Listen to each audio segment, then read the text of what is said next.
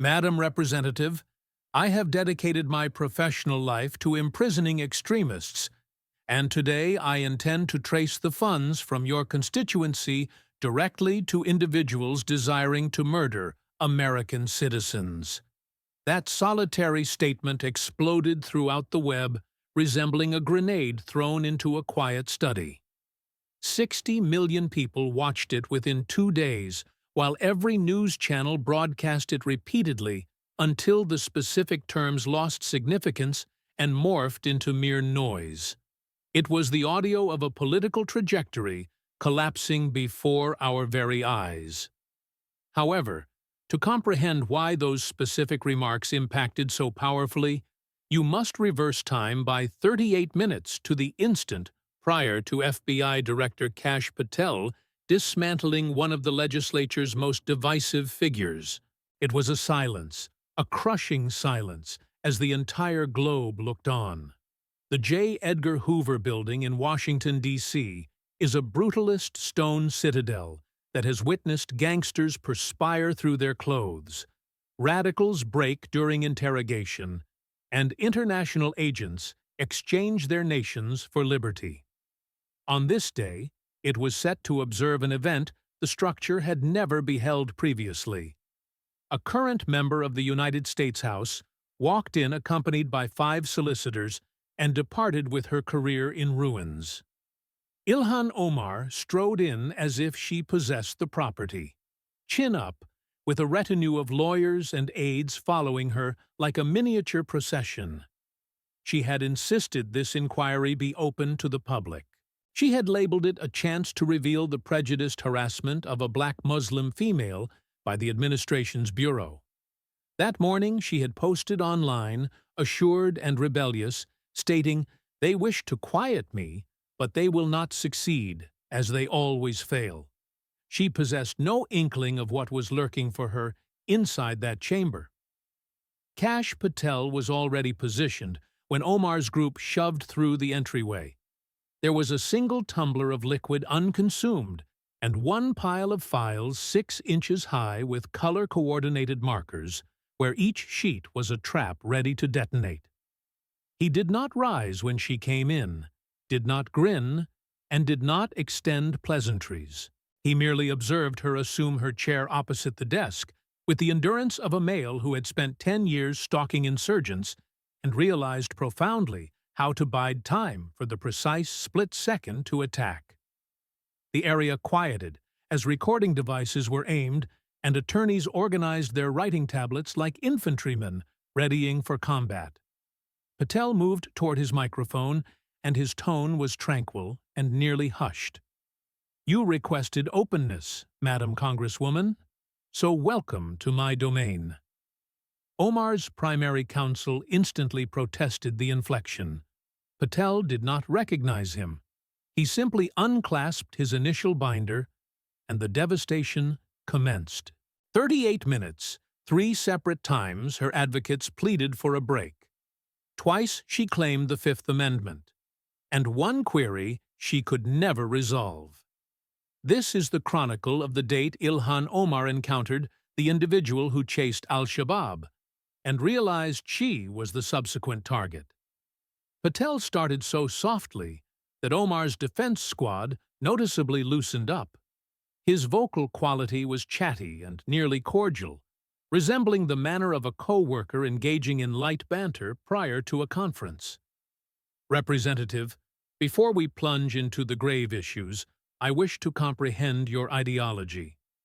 You have constructed your whole political image on battling dishonesty and removing capital from governance.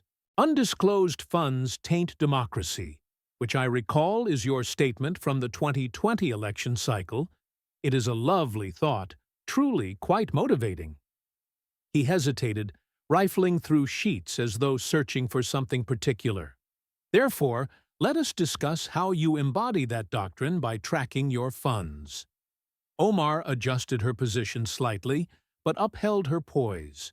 This was recognizable ground. She had replied to inquiries regarding election funding previously. She had endured FEC grievances. She could manage this for approximately 2 minutes. Patel brought forth a dense dossier of Federal Election Commission reports and started placing them on the surface, like a croupier distributing cards. E Street Group is a political advisory agency located in Washington, D.C., managed by a gentleman named Tim Minette. He raised his eyes, asking if this is your current spouse, correct? Omar signaled agreement warily. Between August 2018 and November 2020, your election fund dispersed to E Street Group $2.78 million. That is almost $3 million to your partner's enterprise. He allowed the figure to suspend in the atmosphere. Now, remunerating a partner's business is not inherently unlawful. It is uncommon, perhaps, and certainly suspicion-inducing, but not against the law. What is intriguing is the chronology of events. Patel revealed another paper, which was a court submission from a separation suit. This originates from Beth Minet's petition for divorce. She is Tim Minet's former spouse, not your former partner, but his. She declares under sworn testimony that on April 7th of 2019, her husband admitted to being romantically entangled with you. He informed his wife he was abandoning her for you while you were both still legally wed to other individuals. Omar's solicitor leaned ahead, stating, Director Patel, my client's private existence is not directly pertinent to where campaign contributions went. Patel did not elevate his volume because here is what is captivating. On April 1st of 2019, 6 days prior to Tim Minette admitting to his spouse about your liaison, your operation commenced paying travel costs to his firm. There were 14 disbursements over the subsequent 10 weeks, $70,000, and 6 of those payments, aggregating $12,673, were marked merely as travel costs with no detailed listing whatsoever. He struck the papers, noting that FEC regulations demand the detailing of travel expenditures. You failed to list them. Beth Minet's separation document implies those travel charges were, quote, more associated with his affair with Reverend Omar than with his genuine professional obligations. Her statement was made under oath in a tribunal. Omar's tone became rigid, stating the FEC examined this grievance and rejected it. The FEC discovered no cause to assume you knowingly and intentionally breached the statute. Patel stressed every term individually. That is not identical to being guiltless, Madam Congresswoman. That is equivalent to saying we cannot demonstrate you realized it was improper beyond a reasonable doubt. That is O.J. Simpson domain. Everybody viewing that proceeding understood what transpired. The jurors simply could not validate it to the judicial benchmark. He reclined slightly, stating, I am not a jury. I am the director of the FBI, and I do not require proof beyond a reasonable doubt. I merely need to pursue the facts. Omar began to reply, but Patel was already advancing. However, let us discuss something that was verified. This is something Minnesota corroborated with a penalty and a restitution command. He brought forth state records. In 2014, you submitted federal levies jointly with Ahmed Hirsi and claimed him as your mate. There exists just one difficulty. He glanced up, noting you were still lawfully wedded to Ahmed Nur Said Elmi, who is an entirely different male. The chamber became silent. You espoused Elmi in 2002 and petitioned for divorce in 2008, but you never concluded that separation. The documentation simply ceased. Therefore, in 2014, when you submitted returns with Hirsi, you were perpetrating tax deceit. You asserted a joint submission status with a male who was not your lawful husband. He placed down the Minnesota files. The state determined you were culpable.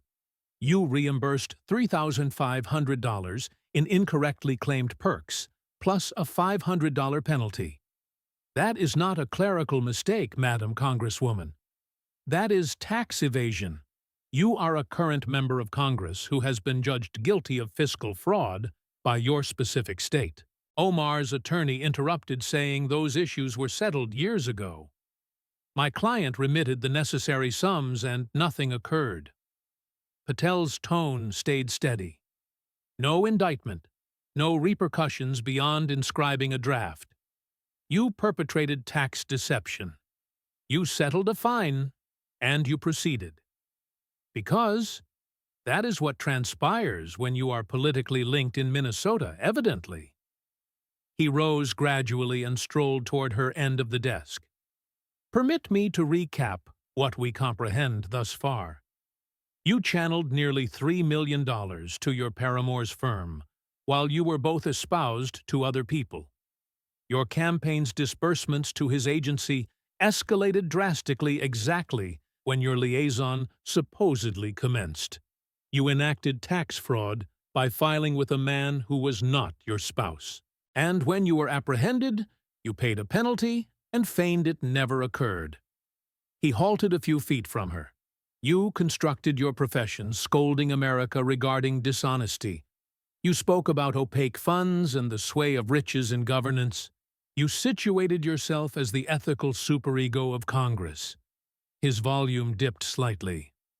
But, Madam Congresswoman, you do not battle corruption. You are the corruption. You are merely superior at concealing it than the majority. He returned to his chair. Although I must concede your private finances are small change compared to what transpired in your constituency, it is loose change compared to $1 billion pilfered from starving kids. He unfastened a new binder. Let us discuss feeding our future. Nearly $3 million to her lover and tax deceit verified by Minnesota. But that is merely the preliminary performance. Round 2 is where $1 billion vanishes from children's mouths into the wallets of felons. And where that currency went subsequently will keep you awake at night. Remain right here. Patel rose and walked to the angle of the chamber where a large tripod supported a veiled presentation board. He yanked off the shroud to expose an organizational diagram that resembled something from an espionage novel. There were names, pictures, and corporate emblems, all linked by crimson lines that spread across the panel like veins. At the nucleus, circled in broad red ink, was Minnesota's 5th Congressional District. Do you enjoy riddles, Madam Congresswoman? Patel's voice had altered, harder now and more centered. I adore riddles. I have utilized my whole profession resolving them. Terrorism funding is a riddle. Money laundering is a riddle. Determining how $1 billion vanishes from a scheme intended to nourish starving minors is a riddle also. He wrapped the graph and said this riddle leads somewhere very, very obscure. Omar observed him exhaustedly. Her attorneys wrote memoranda. Feeding Our Future is a name everyone in America has heard by now. It is the most massive pandemic scam plot in United States history. Over $1 billion was robbed from the federal child sustenance program during COVID. This was capital that was intended to nourish kids whose schools were shuttered. They were children who were going hungry while outlaws purchased estates and high-end vehicles. He circled Minneapolis on the layout with his digit. The deceit was everywhere, but the focal point, the ground zero, was right here. It was your constituency, the 5th Congressional District of Minnesota. What a remarkable happenstance. Omar's tone was acute, stating that program functioned across the whole state. But the swindle was clustered in your district among your voters and run by your colleagues. Patel grasped a marker. Allow me to demonstrate what I signify. He sketched a streak from the middle to a picture. Safari Restaurant in Minneapolis is a Somali eatery that you know thoroughly, Madam Congresswoman. You held your 2018 Congressional Victory Celebration there. FEC logs indicate your campaign remitted them over $10,000 for functions during your ascent to authority. It is a pleasant venue with decent cuisine, evidently. He etched an X through the image. The proprietor, Salim Ahmed Saeed, asserted to be providing 5,000 meals daily to minors through the sustenance plan. 5,000 dishes per day from a bistro. Patel allowed the preposterousness to penetrate. In actuality, he was keeping the cash. $5 million was used to acquire a $2 million estate. He went on buying binges at Nordstrom, averaging $9,000 a month. While children went starving, he was purchasing designer garments. He scribed next to the snapshot, convicted of 21 counts of wire fraud, bribery, and money laundering. Your Victory Party location, Congresswoman, is now a condemned scam enterprise. The male who emceed your festivity is going to a federal penitentiary. Omar parted her lips to answer, but Patel was already sketching another streak. Guhad Hashi Said is a different man, but part of the same trickery scheme. But this individual is distinctive, and he indicated another picture. It showed a younger male standing beside Omar at what seemed to be a campaign function. This is your campaign implementer. He is your strength in the Somali community. He is the man who managed your voter mobilization efforts in 2018 and 2020. Regional journalists termed him your problem solver. He was the fellow who ensured electors appeared. He was the fellow who managed difficulties. Patel extracted a Department of Justice media statement dated from August. Last month, Guhad Hashi Said admitted guilt to conspiracy to commit wire fraud and conspiracy to commit money laundering. He purported to manage a juvenile sports initiative named Advanced Youth Athletic Development that provided 5,000 meals daily to kids. He hesitated for impact. This was from a residential complex. He claimed to nourish 5,000 children per day out of a flat in Minneapolis. The FBI states he pilfered $3.2 million. Patel displayed the image of Omar with Guhad Said. Your campaign enforcer is the man who aided in placing you in Congress. He is presently the 52nd conviction in this matter, and there are additional ones arriving. Omar's pitch escalated, saying I had no awareness of any deceit. I refunded all contributions from anyone who was accused after the FBI raid. Patel's rejoinder was instant and cutting. That was after the accusations were released and after it became nationwide news. You did not sound the alarm, Madam Congresswoman. You did not observe fraud occurring in your own neighborhood and report it. You sprinted for shelter the instant the FBI appeared. He strolled back to the graph. But here is where it becomes worse, because I have not informed you where the funds went. His inflection changed again, becoming gloomier. The chamber appeared to become chillier. Madam Congresswoman, I have utilized my career indicting terrorists from Al-Qaeda, ISIS, and Al-Shabaab. That is the Al-Qaeda branch that functions in Somalia. I comprehend how these groups transport currency. I comprehend how they manipulate philanthropic plans and social aid structures to finance their missions. I tracked money paths from American banking ledgers to terrorist instruction camps. It is what I perform. He brought out a fresh paper. It was a Treasury Department stationery with portions densely censored. Last week, Treasury Secretary Scott Bessent declared an inquiry. Let me recite his precise statement to you. A large amount of capital has been shifted from the persons who perpetrated this swindle overseas to the Middle East and to Somalia to see what the utilizations of that have been. He allowed the phrases to suspend in the atmosphere. Treasury is monitoring wire transmissions from condemned Feeding Our Future defendants. These are transfers that went abroad to Somalia to banking ledgers that have been connected to fiscal webs associated with Al-Shabaab. That is the identical terrorist group I spent years putting in penitentiaries. Omar's chief advocate rose abruptly. Director Patel, you are insinuating that my patron has links to terrorism without offering any proof. Sit down, attorney. Patel did not heighten his volume. He did not need to. I am not insinuating anything regarding your client. I am declaring truths about a proceeding inquiry. The reality is that your client's campaign staff are convicted.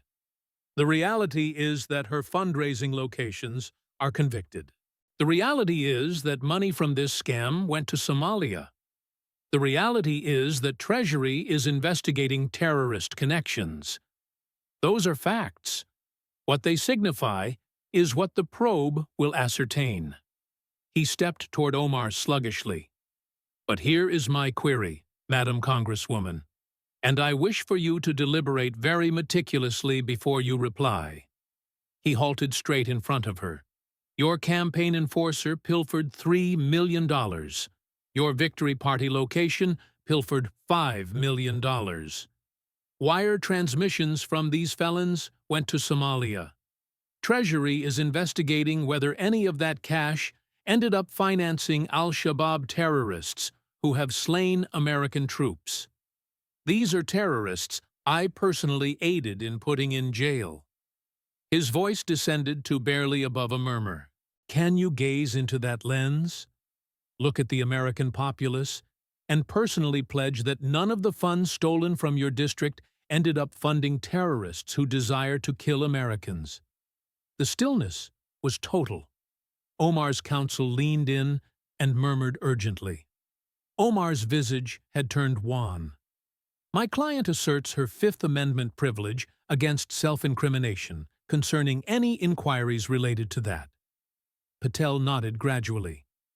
The Fifth Amendment is the right to stay mute because answering might implicate you. That is your response to the American citizenry. That is what you have to utter regarding whether capital from your constituency funded terrorists. He strolled back toward his chair. The Fifth Amendment safeguards you from self-incrimination, Madam Congresswoman. It does not shield you from the reality, and the truth has a habit of emerging. He sat down. One more round, and then we are finished. $1 billion, her campaign enforcer just admitted guilt, and her Victory Party venue is going to prison.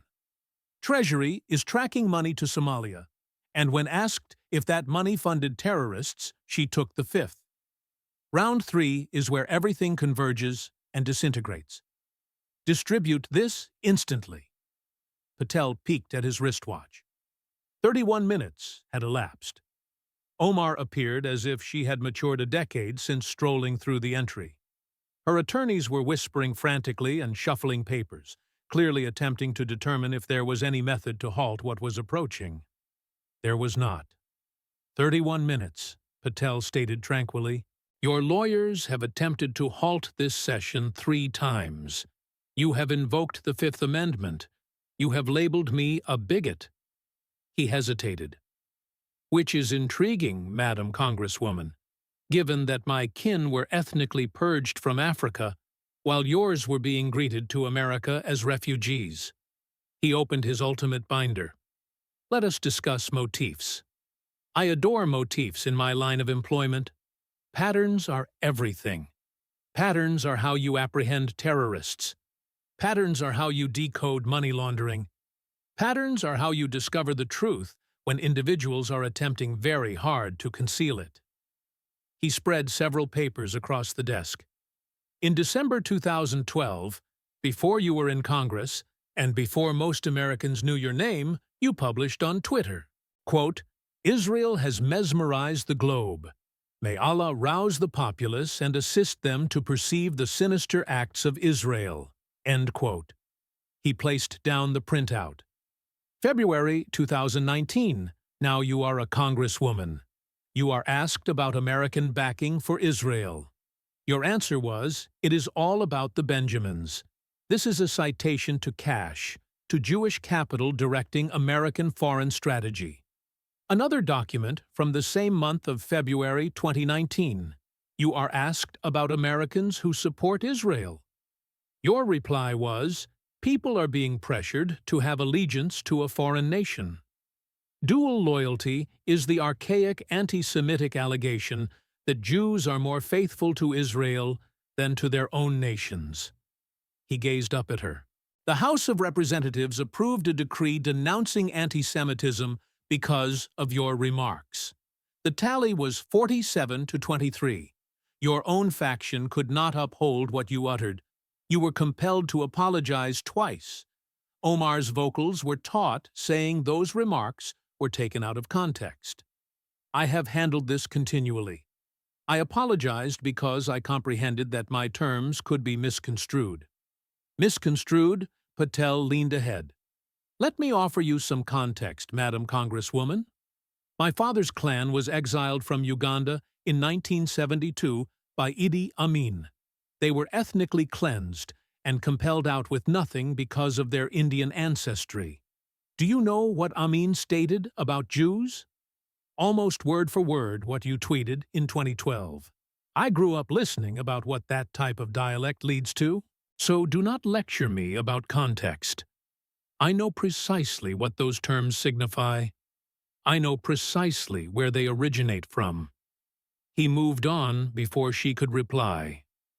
And then there is the inquiry you have never resolved.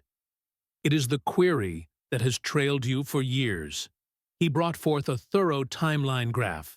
In 2002, you wed Ahmed Nur Said Elmi while you are both students. In 2008, you petition for divorce, but the divorce is never finalized. The documentation just ceases. In 2009, while still lawfully wedded to Elmi, you have a child with Ahmed Hersi, who is a different man. In 2011, you submit taxes jointly with Hersi, committing the tax fraud we already discussed. He held up the timeline. For years, investigative reporters have tried to resolve a simple query. What was Ahmed Elmi's genuine relationship to you? Some have alleged he was your sibling. They say that you married him to aid him in obtaining immigration perks. You have denied this, but you have never disproved it. Omar's attorney interrupted, saying, "These are thoroughly debunked conspiracy theories promoted by the right wing." Debunked by whom? Patel's tone was piercing. She has never released her marriage license. She never released immigration papers that would validate the connection. She never provided any proof whatsoever. The sole response has been to label everyone who poses the query a racist. He gazed directly at Omar. I have been called racist by people far more influential than you, Madam Congresswoman. It did not stop me from prosecuting terrorists. It will not stop me from posing questions. In my experience, guiltless people do not conceal documents. Innocent people do not attack everyone who poses inquiries. Innocent people display the receipts. He paused, asking, "Where are your receipts?" There was no answer. Patel rose slowly. He strolled to the middle of the chamber, positioning himself between Omar and the cameras. When he spoke again, his voice was calibrated and deliberate. It was a prosecutor delivering his closing summation. Congresswoman, let me tell you a fable about two varieties of immigrants. The first variety comes to America because they believe in this nation. They believe in what it symbolizes. They labor hard, and they follow the regulations even when it is arduous. They build something, they contribute, and they give back more than they take. My father was that variety of immigrant. He was banished from Uganda with nothing. No money, no possessions, just his kin and his resolve. He came to America and constructed a life. He raised a son who became a public defender, protecting the constitutional rights of people nobody else would champion. That son became a federal prosecutor, putting terrorists in prison. That son became the director of the FBI. He took a stride toward her.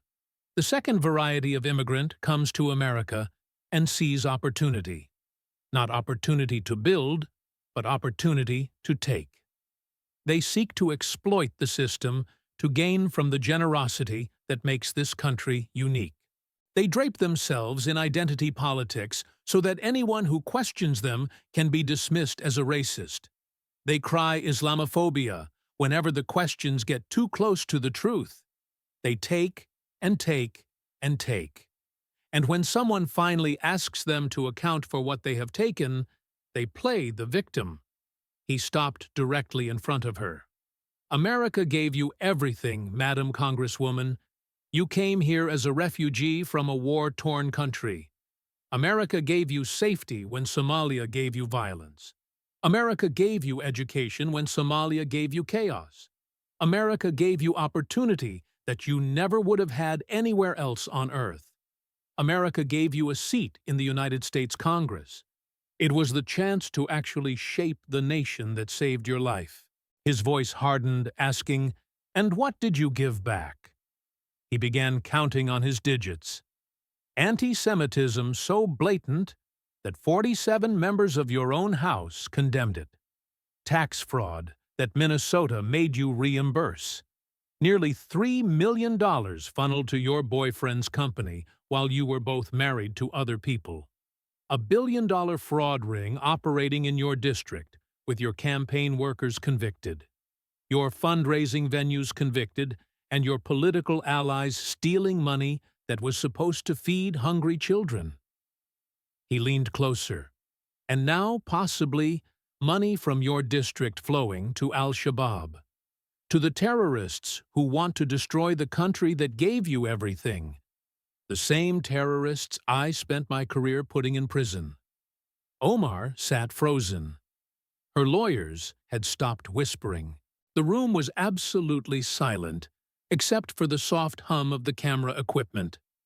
Patel straightened up and adjusted his jacket. "You want to know the difference between us, Madam Congresswoman? It is simple. I am the son of immigrants who spent his entire career protecting America, protecting it from terrorists, protecting it from corruption, and protecting it from people who would exploit it." He turned toward the cameras. "You are the daughter of refugees who spent her career protecting herself, protecting your money, your power, and your image.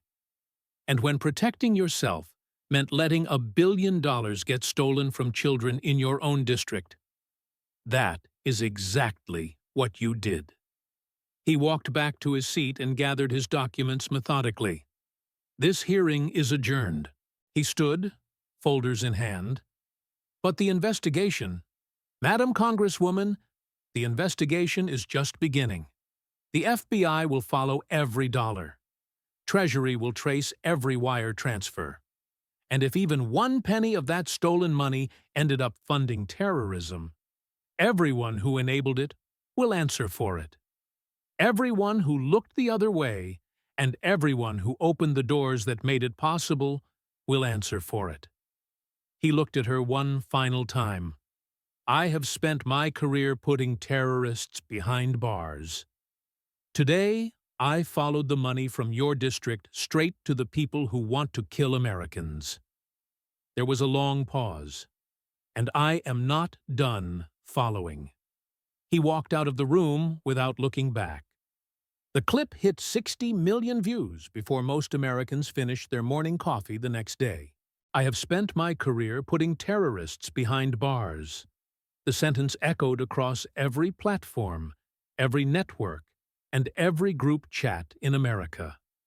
Cable news played it in slow motion, analyzing Patel's body language. They analyzed Omar's frozen expression. They analyzed the moment her lawyer desperately invoked the Fifth Amendment. Within 48 hours, the clip had been remixed into songs. It was turned into memes and printed on T-shirts selling for $30 apiece. Omar's office released a statement calling the hearing a racist witch hunt. She claimed it was orchestrated by Trump's FBI to silence a black Muslim woman who speaks truth to power. The internet responded with screenshots of her anti-Semitic tweets. There were photographs of her standing next to convicted fraudsters and video clips of her refusing to answer whether stolen money had funded terrorists. For 11 days, Ilhan Omar disappeared from public view. No tweets, no Instagram posts, no press conferences, and no interviews. For a politician who typically generated more social media content than a Kardashian, the silence was deafening. Her staff released generic statements about focusing on constituent services. But everyone knew the truth. She was hiding and waiting for the storm to pass. The storm did not pass. Treasury announced an expanded investigation into Minnesota welfare fraud, specifically examining wire transfers to overseas accounts.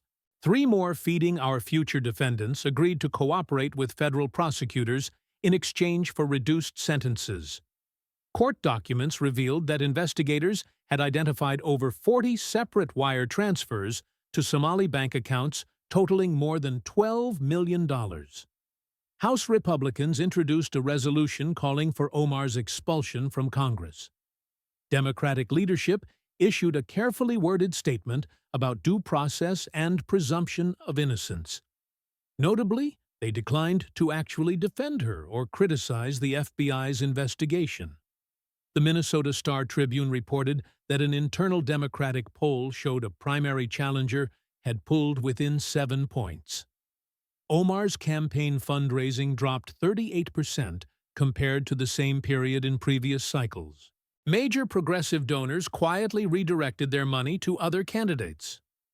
3 weeks after the hearing, Tim Mynett's E Street Group filed paperwork to dissolve. The company that had received nearly $3 million from Omar's campaign simply ceased to exist. Its website went dark. Its social media accounts were deleted, and its partners scattered. 2 former Omar staffers were reported to be cooperating with FBI investigators, though the details remained sealed. A reporter managed to catch Patel leaving FBI headquarters late one evening a month after the hearing. "Director Patel, any update on the Omar investigation?" Patel stopped walking.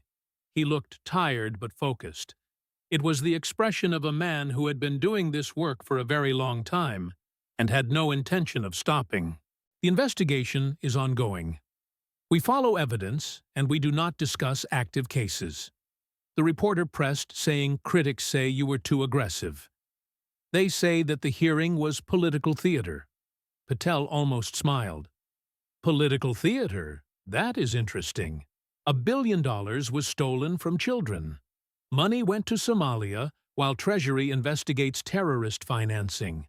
52 people have been convicted. A sitting congresswoman's campaign workers and fundraising venues are going to prison.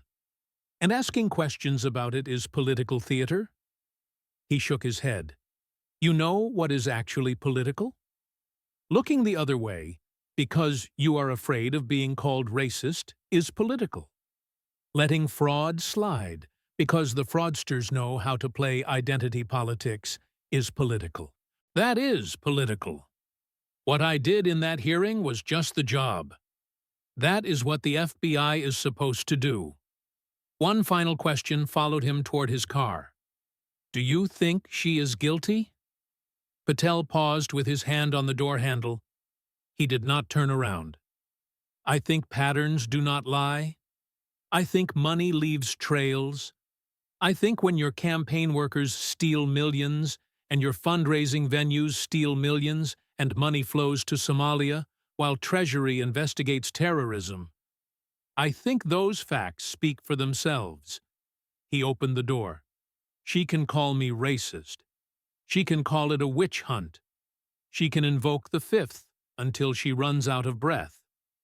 But here is the thing about facts, Madam Congresswoman." He looked directly into the camera for the last time.